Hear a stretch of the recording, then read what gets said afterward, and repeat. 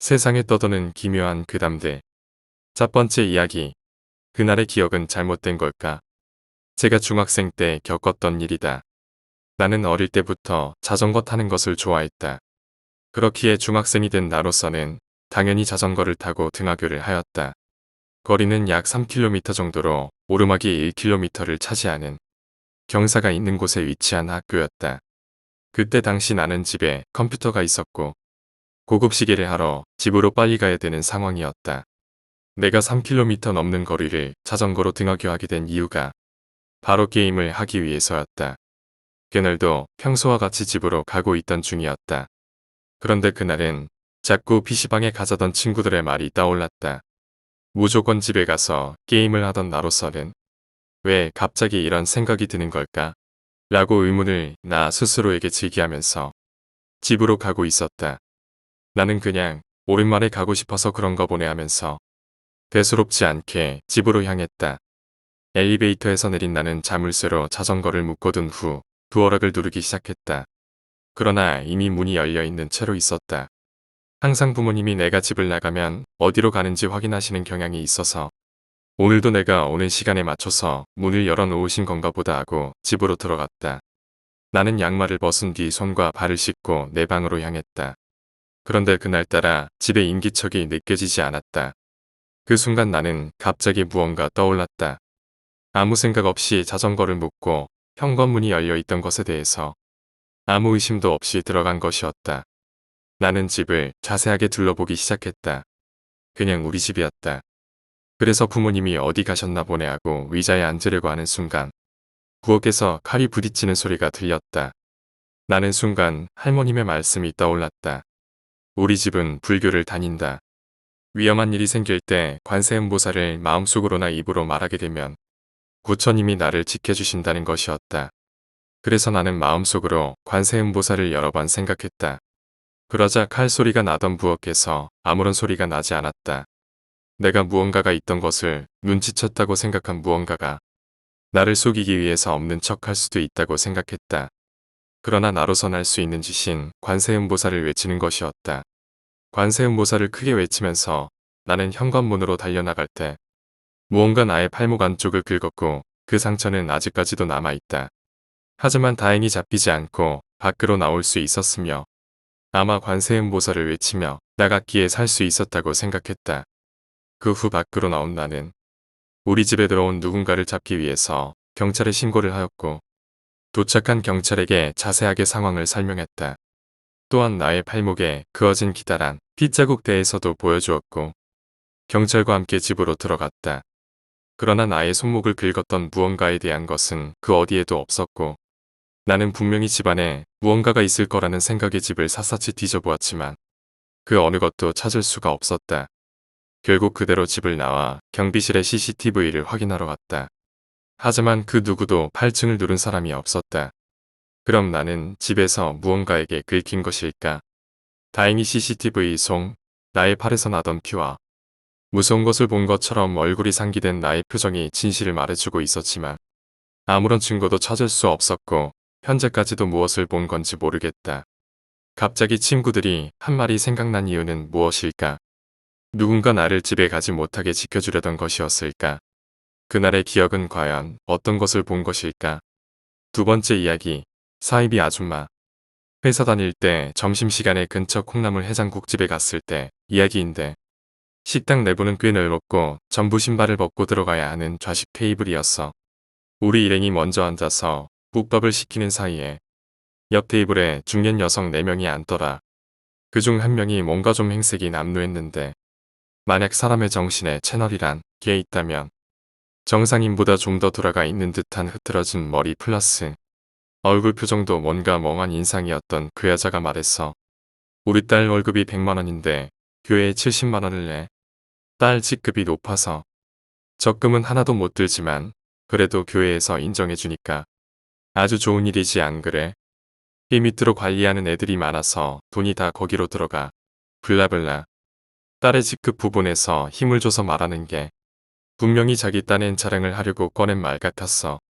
황금이 70만 원이라는 건지 교회에서 관리하는 사람들한테 돈을 70만 원을 쓴다는 건지는 잘 모르겠지만 속으로 정말 뜨악했어. 나머지 3명의 아줌마들이 그 여자랑 같은 종교였는지는 잘 모르겠는 상황이었는데 그중 2명은 그 여자 말에 전혀 대꾸도 안 해줬던 걸로 봐서 그 여자를 그다지 좋아하는 것 같아 보이지는 않았어. 아니면 같은 종교였어도 사람 많은 데서 그런 얘기를 하는 여자가 마음에 안 들었거나 그 여자는 점심시간이라 손님이 꽉 찬 식당에서 아무도 물어보지 않은 얘기를 이어나갔어. 아들 얘기도 잠깐 했는데 아들이 무슨 직장에서 얼마를 벌고 교회에서는 어떻고 뭐라 말했는데 다른 소리에 묻혀서 잘 못 들었고 이야기는 곧 남편 얘기로 넘어갔어. 근데 남편은 이런 나를 이해를 못하고 나랑 사는 게 꼭 지옥행 특급 열차를 탄 것 같다고 하는 거 있지. 내가 기가 막혀서 블라블라 라고 말했어. 뭔가 가슴에 맺힌 게 많은지 도무지 쉬지도 않고 계속 집 안 얘기를 하는 통에 그나마 그 여자의 일행 중에 유일하게 한 사람만 조금씩 말대꾸를 해주다가 남편 욕으로 점점 커지는 여자 목소리에 결국 다들 입을 다물어 버리니까 분위기가 별로란 걸 눈치챘는지 여자는 갑자기 식당 음식 얘기로 주제를 바꿔서 같은 식당에서 밥 먹는 죄로 그 여자의 일방적인 얘기를 다 함께 들어야 했던 다른 손님들과 우리 테이블에도 마침내 평화가 찾아왔지. 그때 했던 생각은 자식들까지 저렇게 만드는 사람이 진짜로 있구나라는 거랑 살면서 전혀 엮이고 싶지 않다라는 거였어. 종교에 심취한 자기 부인한테 지옥행 특급 열차라는 표현을 썼다는 남편 얘기가 너무 인상적이어서 아직까지 꽤 선명하게 기억이 나. 3번째 이야기, 다이빙. 다들 다이빙을 하실 때 제일 중요하신 숙지사항은 앞에서 가이드가 우리에게 크게 외치며 란욕을 해준다. 하지만 내 옆에 있는 여자는 그저 낄낄거리며 방수팩 안에 미리 넣어둔 핸드폰을 만지고 있었다. 자, 제일 중요한 사항은 가장 중요한 사항을 읊으며 관광객들은 모두 다이빙을 준비하였다. 차가운 돌바닥, 그리고 물에서 나와 드는 한기. 외악 여기 어디야? 여자는 울먹거리며 핸드폰을 확인한다. 하지만 GPS조차 거느라 뜨며 나오지 않는다. 아마 여기는 깊은 동굴이라 그런 것 같은데. 그건 제쳐두고 이 동굴 안에는 여자 혼자 있다는 것이다. 분명 아까 다이빙을 하다가 신호를 오인해서 계속 안으로 들어와 산소가 거의 다 사라질 때 즈음에 어딘가로 쓸려와서 이 동굴에 도착한 것 같은데 아마 수중동굴이겠지. 살려주세요. 여자는 큰 소리를 외치다 체력이 다 떨어졌다. 조난이 된 지 약 7일. 이미 사람들은 그녀를 찾는 것조차 그만뒀을지 모른다.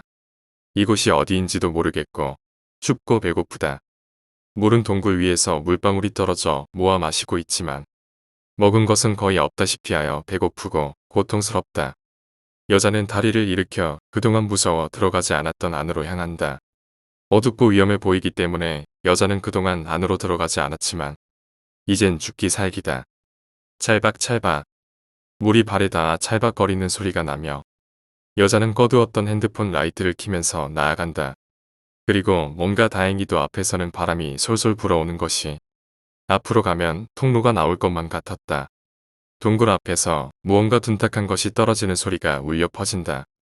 여자는 몸 전체에 무언가 소름이 돋았다. 불안하다는 감정이 딱 정당할 것이다. 하지만 죽기 살기이기에 여자는 조용히 몸을 숙이고 앞으로 나아간다. 느린 발소리가 나며 여자는 라이트를 손으로 가려 불빛을 약하게 만든다. 앞에서 이상한 소리가 들린다. 여자는 빠르게 라이트를 끄고 숨을 죽인다. 또 그 이상한 소리가 들린다. 가까이서 찰박이는 소리가 들린다. 여자는 돌 뒤로 숨는다. 어느새 소리가 가까워졌다. 멀어져 가며 사라진다. 여자는 빠르게 몸을 계속 숙이고 나아간다. 저건 뭐야? 칭얼거리는 소리를 내며 나아가다. 앞에서는 희미하게 불빛이 비친다. 여자는 그 빛을 보고는 빠르게 숙여서 뛰어간다. 알 수 없는 소리가 들렸다. 그리고 그것들은 여자를 바라본다. 그것들은 상반신은 물고기로 되어 하반신은 지느러미가 2개로 갈라진 것 같은 괴한 형상을 한 괴물들이 동태 같은 눈깔로 여자를 바라본다. 자, 제일 중요한 사항은 블라블라. 그리고 이 섬에는 어인들이 산다는 신화가 있으니까 조심해주세요. 가이드가 살짝 웃으며 말하고는 맨 앞사람부터 바다에 입수한다. 4번째 이야기. 자취. 10년 전에 친구랑 둘이 자취했을 때야. 둘 다 게임을 좋아해서 각자 PC가 있었고, 특히 스타를 좋아해서 간간히 간단한 내기 형식으로 1대1 하고 그랬지. 그늘도 사드론에 탈려서 화가 나서 담배 피우려 옥상에 올라갔어. 담배에 불을 붙이고 말이니 그때 죽지만 않았어도 어휴어휴거리며 한탄하면서 야경 보고 있는데 맞은편 건물 옥상에 사람이 있더라고. 별 생각 없이 쳐다보고 있는데 그 사람 뭔가 춤을 추듯이 계속 제자리에서 팔을 끊임없이 움직이고 있었어. 저것이 말로만 듣던 달밤의 체조인가 하고 보고 있었어. 얼굴 쪽을 자세히 보니 날 보며 크게 웃는 표정으로 계속 팔을 무한궤도 모양 마냥 흐느적대고 있더라. 야밤의 옥상이라 자세히 보이진 않았지만 분명 시선이 느껴지고 있고 날 본다는 감이 확 왔어. 사람이 저리 크게 웃을 수 있구나 하고 처음에는 대수롭지 않게 생각했는데 담배를 거의 다 필 때까지 눈도 안 피하고 계속 날 보며 팔을 흐느적대는데 뭔가 무서워졌어. 갑자기 식은땀도 나고 몸도 떨리고 담배도 다 폈으니 내려가고 싶은데 몸이 안 움직이는 거야. 한참을 사시나무 떨듯이 떨고 있는데 그때 친구가 야 너 뭐해? 하면서 날 잡더라. 그때 몸이 움직였는데 옥상 난간에 내가 팔을 쭉 뻗고 거의 반쯤 걸쳐져 있더라고. 친구한테 물어보니 친구도 담배 피우러 옥상에 왔는데 내가 담배를 손에 들고 입을 쩍 벌리며 웃더라는 거야. 근데 소리는 안 내고 웃는 표정으로 있었다고 하더라고. 이놈이 스타치고 미쳐구나 생각한 친구는 병신아 그만하고 가자 라고 말했는데 갑자기 내가 팔을 막 휘젓더니 옥상 난간 쪽으로 갔다 하더라. 그 뒤는 이에 말한 상황이 이어지는 거고 난 친구 때문에 화를 면한 것 같아. 그 이후 그 옥상으로는 다시는 안 올라갔고 얼마 안 돼서 친구랑 나는 방을 나왔어. 그 건물에 딱히 이상한 소문도 없었고 나도 크게 이상한 점 없이 살고 있어. 좀 이상하다 생각되는 건 가끔 기절하다시피 존다는 거. 예전에도 기면증 증상이 있었지만 요새는 혼자 있을 때 더 자주 그러고 술 먹고 난 다음날은 일어나 보니 기억엔 없는데 온몸에 멍들어 있거나 정도였어. 마무리를 어떻게 지어야 하는지 모르겠다. 그냥 치부 아니었으면 귀신한테 잡혀 죽었을지도 모르는 이야기야. 5번째 이야기. 산. 1. 어느 날 비가 주룩주룩 내리던 날이었다. 이 산속의 오두막은 조용한 곳이라 빗소리만이 울려 퍼지고 있고 그리고 한 청년이 이 오두막으로 찾아왔다. 그 청년은 비에 홀딱 젖은 채로 숨을 헐떡이며 문을 두드렸고 나는 그 청년을 보고는 놀라 오두막 안으로 들어오게 했다. 아휴, 갑자기 비가 내려서 곤혹을 치렀구먼. 네, 그러게 말입니다. 올라가던 도중에 구름이 껴서 빨리 내려오려 하니까 이렇게 비가 와서 곤욕을 치렀네요. 청년은 살았다는 한숨과 웃음을 짓고는 내가 건네준 수건으로 머리를 말리고 있었다. 여기는 그저 오두막이라 옷 같은 건 없지만 일단 샤워는 가능할 테니 저쪽으로 가서 샤워를 하게나. 나는 샤워실을 가리키며 말했고 청년을 알겠다며 샤워실 안으로 들어갔다. 나는 침을 한번 삼킨 후 빵을 자른다. 서걱서걱 꽤나 고급진 빵이다. 좋은 일이 있을 때만 먹는 빵이므로 매우 고급품이다. 갑자기 샤워실에서 넘어지는 소리가 들렸다. 나는 빵을 썰던 것을 멈춘 채 빠르게 샤워실 안을 문을 열고 들어갔다. 이봐, 청년. 청년은 샤워실 안에서 머리를 뒤로 박은 채 피를 다량으로 흘리고 있었다. 피는 줄줄 새나가고 눈을 천장을 보고 있는 그 채로 아마 이미 죽어 있을 것이다. 사용하지 못할 것 같다. 나는 다시 자르던 빵을 다락 안에다 집어넣는다. 이 산에는 평소 자주 즐겨오는 편이다. 그것이 무엇이 됐든 산은 쾌적하고 편안한 그리고 넓은 공간이니까. 저벅저벅. 앞에 있는 2명의 여성은 시끄럽게 수다를 떨며 위로 올라간다. 요번에 수영복을 자유롭게 입고 싶다느니 하는 그런 시시콜콜한 얘기들을 말이다. 나는 천천히 가방끈을 조여 맨 다음 주머니에서 장갑을 낀다. 장갑을 껴야지 손이 더러워지거나 상처 입는 것을 막아주니까. 저벅저벅. 계속 산을 올라가며 핸드폰을 확인한다. 호르다. 여기만 이렇다. 그리고 하늘에는 우중충한 먹구름이 껴 사람들은 이미 하산하고 앞에 두 여자도 내려갈까 말까 하고 있다. 아, 빨리 내려가자. 왼쪽에 있는 여성이 그렇게 말하며 친구를 설득하고 오른쪽의 여성도 그러자는 듯 몸을 돌려왔던 길을 바라본다. 한 여성이 나를 바라보며 말을 하지 않는다. 이상할 것은 없다. 이상할 것은 전혀 없다. 한 명은 떨어졌다. 괜찮다. 내 목표는 그쪽이 아니다. 또 한 명은 비가 내린다. 나는 빠르게 산을 내려온다. 다행히 앞에 오두막이 있으니 들어가 봐야지. 6번째 이야기, 도깨비. 어릴 적 나는 맞벌이로 바쁜 부모님을 대신해 할아버지와 할머니 손에서 자랐다. 할아버지의 집은 외진 시골이었다.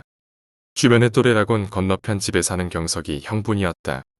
나보다 2살이 많았던 경석이 형은 마을에 내가 들어오게 되자 동생이 생겼다며 정말 좋아했고 나도 경석이 형을 친형처럼 잘 따랐다.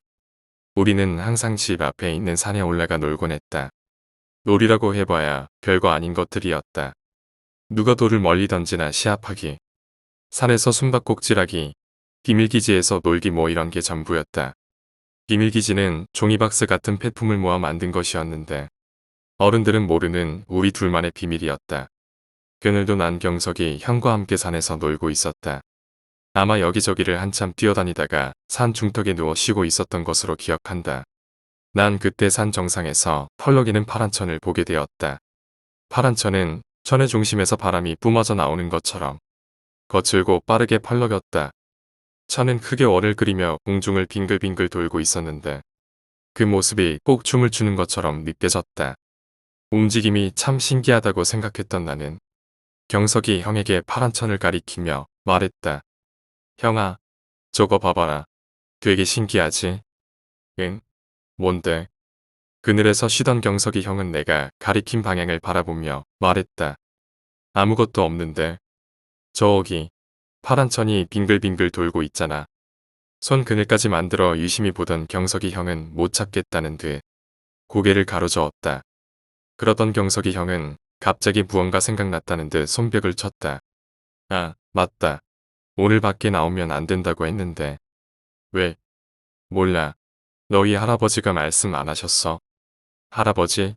아침에 없길래 그냥 나왔는데. 경석이 형은 혼날 것 같다면서 머리를 벅벅 긁더니 내 손을 잡고 산을 내려왔다. 산 초입에는 마을 어른들이 걱정스러운 얼굴로 모여 있었다. 우리 할아버지와 할머니, 경석이 형네 부모님도 함께였다. 너희들 어딜 갔다 오는 거냐? 할아버지는 우리를 보더니 버럭 화를 냈다. 난 그때 할아버지의 화난 모습을 처음으로 봤다.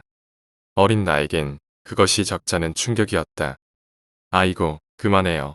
무사히 내려왔으니까 됐잖아요. 할머니와 경석이 형네 부모님이 할아버지를 말렸다. 너희 혹시 산에서 뭔가를 봤느냐? 어쩐지 낯선 할아버지의 모습에 난 고개를 가로저었다. 아무것도 보지 못한 것은 아니었다. 산에서 파란 천을 보았다. 하지만 할아버지에게 혼날지도 모른다는 걱정이 들어 그 사실을 숨겼다.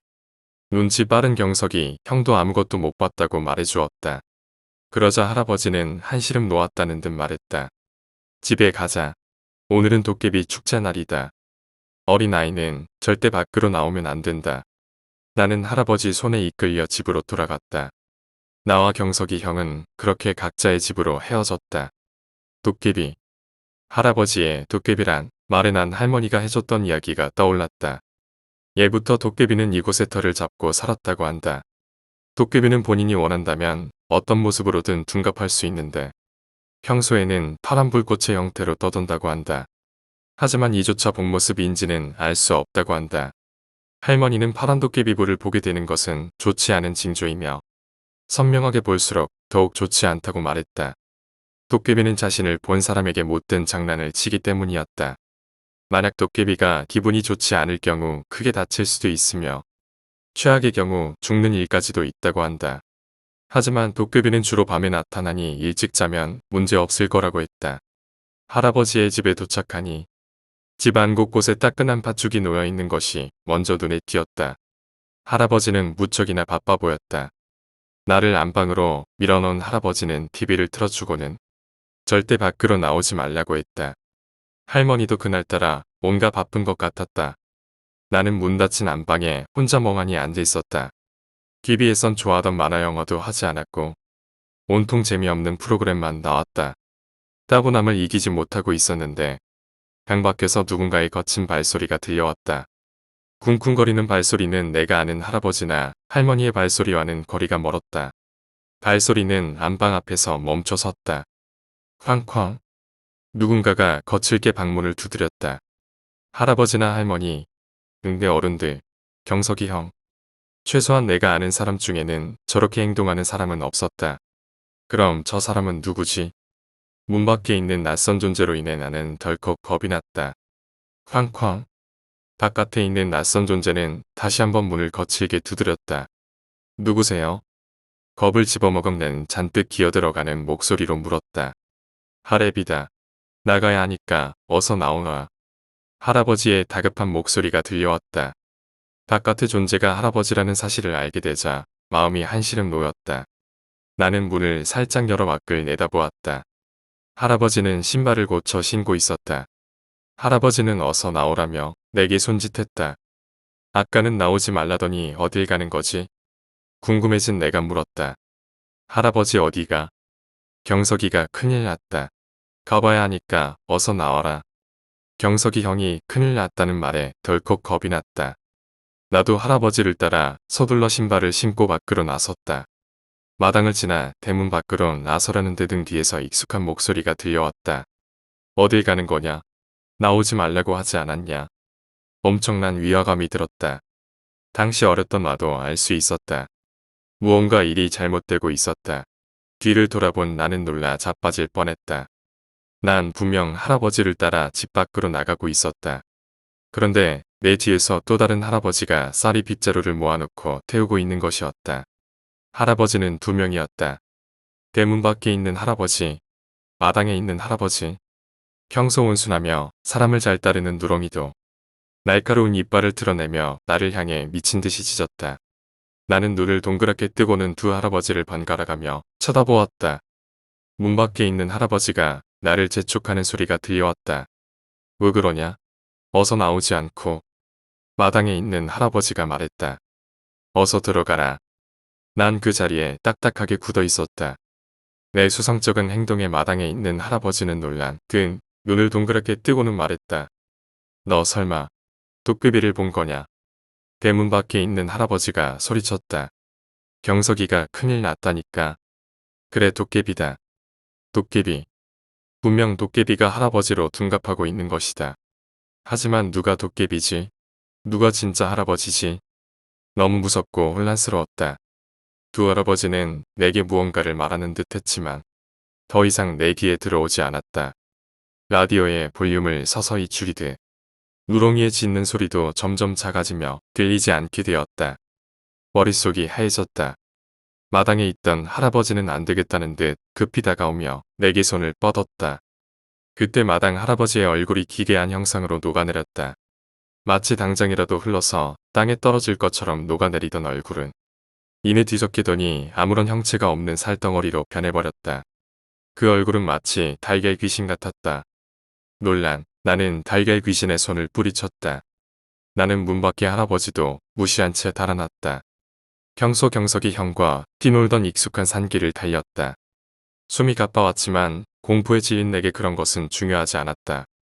나는 경석이 형과 함께 만든 비밀기지를 향해 달렸다. 그곳은 나와 경석이 형 외엔 아무도 모르는 곳이었다. 거기라면 분명 안전하리라 생각했다. 비밀기지에 다다른 나는 기지 안으로 몸을 숨겼다. 비록 폐지로 얼렁뚱땅 만들었지만 숲풀로 밖을 덮어놓아 밖에선 제법 찾기 힘든 곳이었다. 가쁜 숨을 몰아쉬었다. 안도감이 들자 눈물이 줄줄 흘러내렸다. 하지만 울음소리가 귀신에게 들릴지도 몰랐다. 나는 입을 틀어막고 울었다. 그러다 지쳐 잠든 것 같았다. 눈을 떠보니 주변은 온통 새카만 어둠뿐이었다. 밤이 찾아온 것 같았다. 무서워진 나는 기지 밖으로 기어나왔다. 풀벌레 오는 소리가 들려왔다. 나는 집에 돌아가고 싶었다. 하지만 그럴 수 없었다. 앞이 한치도 보이지 않았기 때문이다. 마치 새까만 천을 뒤집어 쓴 것 같았다. 깊은 산중이라도 어둠에 눈이 익숙해지면 주변이 어렴풋하게 보이기 마련이다. 나는 눈을 크게 뜨고 기다렸다. 평소 밤하늘을 수놓은 별조차 어딜 갔는지 전혀 보이지 않았다. 온통 어둠뿐이었다. 마치 다른 세계에 동떨어진 것 같은 느낌마저 들었다. 저벅저벅. 정적을 깨는 발소리가 산중에 울려 퍼졌다. 발소리가 들리자 풀벌레의 울음소리도 멈추었다. 산속을 걸어 다니는 남자는 끄끄거리며 기분 나쁘게 웃음을 참고 있었다. 겁을 집어먹은 나는 다시 비밀기지로 기어들어갔다. 저벅저벅. 발소리는 비밀기지의 주변을 맴돌았다. 마치 나를 찾고 있는 것 같았다. 나는 숨소리도 죽인 채 발소리에 온 신경을 기울였다. 꽤 긴 시간이 흐른 것 같았다. 웃음을 참는 기분 나쁜 소리가 내게 가까워질 때마다 심장이 요동쳤다. 나는 이 심장 소리마저 밖의 존재에게 들킬지도 밖에 들릴지도 모른다는 생각이 들었다. 한참이나 주변을 맴돌던 발소리가 서서히 멀어졌다. 그와 동시에 끄끄거리는 웃음 참는 소리도 멀어졌다. 안도한 나는 한숨을 내쉬었다. 그것이 실수였다. 적막한 산속에서 내 숨소리는 마치 천둥처럼 울렸다. 멀어졌던 발소리가 빠르게 가까워졌다. 벅터. 나는 패닉에 빠졌다. 발소리는 빠르게 다가오더니 내 앞에 멈춰섰다. 웃음소리도 멈추고 잠깐 동안 정적이 찾아왔다. 찾았다. 눈, 코, 입이 없는 끔찍한 얼굴이 내 눈앞에 튀어나왔다. 나는 그대로 기절해버리고 말았다. 그날 이후로 나는 더 이상 시골에 머물 수가 없게 됐다. 며칠에 한 번 꼴로 해괴한 일을 당하고 그때마다 기절하는 일이 반복됐다. 동네 어른들은 내가 도깨비에게 홀렸다며 혀를 끌끌 찼다. 할아버지와 할머니는 더 이상 나를 이곳에 둘 수 없다고 판단한 것 같았다. 난 결국 시골까지 귀여운 아버지와 함께 서울로 돌아가게 됐다. 할아버지는 도깨비가 이곳에 터를 잡고 있으니 서울로 가면 괜찮을 거라고 말했다. 내가 떠나는 날 경석이 형은 무척이나 서운해 보였다. 그늘도 산정에서 파란 천이 펄럭였다. 파란 천은 춤을 추듯 원을 그리며 빙글빙글 돌았다. 7번째 이야기, 춤의 이름. 이번 작품은 예수의 재림이라는 우리들은 무용수이다. 현재는 한 뮤지컬에 참여하게 되어 그곳에서 춤을 추는 역할을 맡게 되었는데 그 춤이 참 이상하다. 나는 9번째 칸에서 춤을 추는 무용수로 다른 12명과 다를 게 없는 춤인데도 나만 그렇다. 우리들은 요번에 추는 춤은 뭐라 해야 할까? 그냥 나는 그 춤이 불쾌하였다. 우리들이 추는 역할들이 참 이상한데 그것은 지옥에서 구원받지 못한 영혼들이라 한다. 예수가 재림하는 뮤지컬에서 그런 게 왜 들어갈까? 친구 무용수인 지호가 자판기 커피를 홀짝거리며 내게 물었다. 그야 모르지. 심지어 내용조차 관련이 하나도 없던데 뭔지 참. 대충 그렇게 대화를 주고받고 이내 연습 시간이 되어 나와 지호는 다시 그 무대 뒤에서 연습을 한다. 마치 지옥에서 불구덩이에 빠진 양 고통스러워하며 역동과 기괴함을 섞은 고난도의 춤, 그 춤들은 우리를 힘들게 하는 것도 있었다. 하지만 난 본능적으로 꺼려졌다. 이 춤을 추면 출수록 무언가 끌어당긴다는 느낌이 강하게 들지 않아? 내가 지호에게 물었다. 그러자 지호는 웃으면서 얼토당토 않는 소리라며 비웃었다. 뭔가 이상해. 내가 그렇게 계속 말하자 지호는 밥이나 먹자며 자신이 아는 식당으로 날 데려갔다. 아따, 마 이곳이 이 동네 맛집 아이가. 되지도 않는 사투리를 쓰며 지호는 메뉴를 보고 순대국밥을 시켰다. 나는 대충 선지 국밥을 하나 시키고는 물을 마셨다. 야, 너 뭔가 이상하다. 뭐? 너 평소에는 선지라면 질색하면서 먹지도 않았잖아.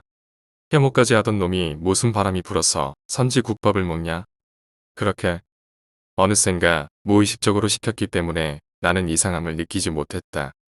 분명 옛날 같았으면, 아니 최소한 어제 같았으면 보자마자 바로 걸을 정도로 싫어하던 선지 국밥인데 오늘은 그걸 의식하지 않고 시켰다. 분명 무언가 이상하다. 에이 뭐 별일 없겠지. 내가 그저 입맛이 늙었나 보지. 꺼림칙한 생각들이 떠오르며 마음을 싱숭생숭하게 뒤엎지만 설마라는 마음으로 나는 물 한 잔을 들이켠다. 야, 너 그거 알아? 내가 앉은 테이블 뒤에서 여성 2명의 목소리가 들린다. 요번에 공연장에서 하는 그 뮤지컬 있잖아. 아 그거. 그게 참 얘기가 많거든. 그걸 쓴 작가는 바로 다음날 죽고 그 공연에서는 어느샌가 무용수 한 명이 다치거나 죽거나 크게는 사라진다는 소문이 있어. 뒤에 앉은 여성들의 목소리가 들려올수록 내 불안감과 내가 생각하던 공포감이 떠올려온다. 소문으로는 스토리를 쓴 작가가 사탄을 숭배하는 종교의 교원이었는데 이 얘기로 사탄에게 한 명의 영혼을 바친대. 그리고 그게 무용수인데 무용숙하네. 그 얘기 사실인. 내가 얘기를 듣다 뒤를 돌아보며 말을 하자 뒤에서 들렸던 목소리의 정체는 온데간데 사라진 채 아무것도 존재하지 않았다. 지호는 날 보며 왜 그러냐고 물었고 나는 식은땀을 흘리며 돈을 두고는 가게에서 뛰쳐나왔다. 아무래도 불안해 미치겠는 이 상황에 나는 점점 더 머리가 빙글 돌며 식은땀이 주체할 수 없이 나왔다. 그리고 이내 내 머릿속은 복잡한 감정으로 뒤섞였다. 설마 아니겠지. 아닐 거야. 그럴 리가. 이렇게 중얼거리며 공연장으로 돌아온 내 앞에는 이미 밥을 다 먹은 단원들이 춤을 살짝씩 춰보며 자신의 부족한 점을 연습하고 있었다. 그런 그 모습을 보며 나도 분명 내가 잘못한 것일 거라며 아니라고 무시를 하고 연습을 시작하였다. 가라. 초연이 시작되고 공연은 거의 끝나갈 때 나는 전에 있던 생각들을 내려다 두고 자리에 섰다. 새로운 예수의 배우가 노래를 시작하였고 이내 우리 무용수들이 춤을 추기 시작했다. 공중을 향해 팔을 뻗었다. 자신의 몸이 고통스러운 건 마냥 뒤졌고 끝에는 예수를 향해 팔을 뻗어 구원을 청하는 모습들이 춤을 통해 나온다. 우리가 춤을 다 추고는 사람들의 박수와 갈채가 나온다. 나는 그 소리들은 들으며 결국은 모두 미신이었거나 내 불안감이었거니 하며 웃는다. 그리고 잠시 막이 덮이고 모두가 들어갈 무렵 내 귓가에 말이 퍼진다. 그 말들은 분명 식당에서 들었던 여성들의 목소리이다. 이 의식은 무용수의 영혼을 바친대. 그리고 이것을 알고 있는 무용수는 멍청하게도 자신을 바치는 춤을 추지. 그리고 그 무용수가 춤을 추는 칸은 9번째 칸이야. 아무 말도 할 수 없다. 그저 내 몸이 어딘가 늪에 빠진 것처럼 움직여지지 않으며 바닥으로 빨려 들어간다. 그리고 나는 이 춤의 이름을 기억해낸다. 마지막 벨스.